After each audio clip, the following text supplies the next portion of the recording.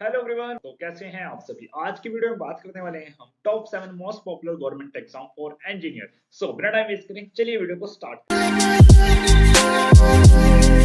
बात करते हैं आपके गेट एग्जाम्स की। एंड हर एक बीटेक के बच्चे को गेट का जरूर पता होता है। सो गेट का पर्पस क्या है? रिक्रूटमेंट इनटू पीएसयूज का भी आपको पता होता है। And like IOCL, NTPC, ONGC, BEL, etc, many more. And you can do higher studies through GATE, like MTech, PhD भी आप कर सकते हैं गेट के थ्रू। सो बात करें एलिजिबिलिटी, इंजीनियरिंग होनी चाहिए आपकी, या third year fourth year student होनी चाहिए अगर आपने गेट में बैठना है। मींस कहने का मतलब सिंपल सा है, आप थर्ड ईयर में भी गेट में अपीयर कर सकते हैं और फोर्थ ईयर में, और पास आउट होके तो कर ही सकते हैं। जॉब रोल्स की बात करें, engineer in public sector companies, like research positions and technical roles. Field की बात करें, civil, mechanical, electronics, communication and chemical, instrumentation. Means कहने का सिंपल सा मतलब है, आप किसी भी ब्रांच के बच्चे को गेट में अपीयर कर सकते हो। सो बात करें एग्जाम हाइलाइट्स, ऑनलाइन होता है, focus on technical knowledge, engineering, mathematics and general aptitude.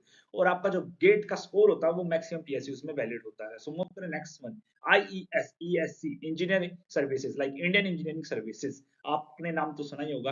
Like एक तरफ आईएएस होता है, आईपीएस होता है, उधर आईईएस होता है, इधर समझ रहे हो। तो कंडक्टेड बाय यूपीएससी, पर्पस होता है central government technical jobs and railway, CPWD, BRO and defence services, etc. Eligibility होनी चाहिए आपकी बीटेक, फील्ड होती है आपकी civil, mechanical, electrical and electronics and communication. Means इन ब्रांच के बच्चे इस एग्जाम को देने के लिए एलिजिबल है। समझ रहे हो। सो मूव करें next one, exam highlights, 3 stage, pre, mains and interview, जैसे आपका यूपीएससी होता है आईएएस के लिए।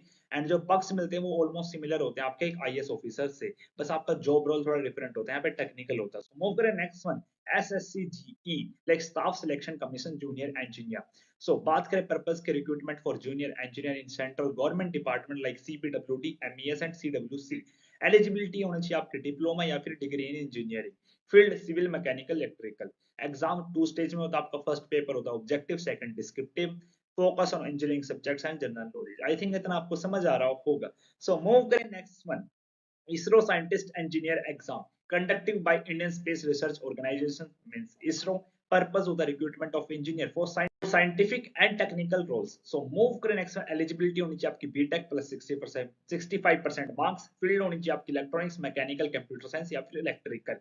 Exam highlights की अगर हम बात करें, written test followed by an interview, आपका interview भी होता है और written test भी होता है. And next thing आपकी technical exam with a focus on core engineering subjects. So move करें next one, DRDO scientist engineer exam. Purpose obviously recruitment of scientist and engineer for defense research role conducted by Defense Research and Development Organization, means DRDO. Eligibility की बात करें, BA, BTech and graduate होनी चाहिए आप, often GATE score are accepted. So move करें next one, field आपकी electronics, mechanical, electrical and computer science. Exam highlights की बात करें, selection through GATE और DRDO on written test. Roles involve working on cutting edge defense technologies. एक DRDO का main purpose defence के toward ही है, defence में ही नहीं, लाइक आर&डीज करना। समझ रहे हो। सो मूव करें next one, state engineering services conducted by respective state public service commission like UPPSC, MPPSC, etc. So I think इतना आपको समझ आ रहा होगा। So move to next one, of engineer for technical roles in state department like PWD, irrigation, etc. Eligibility obviously engineer graduate होनी चाहिए आप, BTech होनी चाहिए आपकी।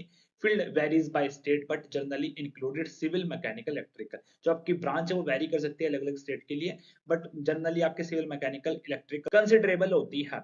एग्जाम हाइलाइट्स की बात करें, state level exam with syllabus focused on core engineering and state specific general knowledge. I think आपको इतना समझ आ रहा होगा। सो मूव करें नेक्स्ट वन, हमारा जो लास्ट है, NIELIT scientist B, national institute of electronics and information technology. अगर हम बात करें पर्पस की, तो recruitment of IT and electronics roles in government organisation. Eligibility obviously आपकी BA, BTech in computer science, electronics और आईटी। फील्ड में जैसे कि मैंने बताया, आईटी होनी चाहिए, इलेक्ट्रॉनिक्स होनी चाहिए या फिर कंप्यूटर साइंस। और exam written test followed by interview, यहाँ पे भी आपका इंटरव्यू हो रहा था। Focus on IT systems, electronics and problem solving skills. I think आपको इतना समझ आ रहा होगा। सो मूव करें next one, thanks for watching. अगर आपको वीडियो अच्छी लगी, do comment, do like, do subscribe. फिर मिलते हैं नेक्स्ट वीडियो में। आज के लिए सिर्फ इतना ही, बाय।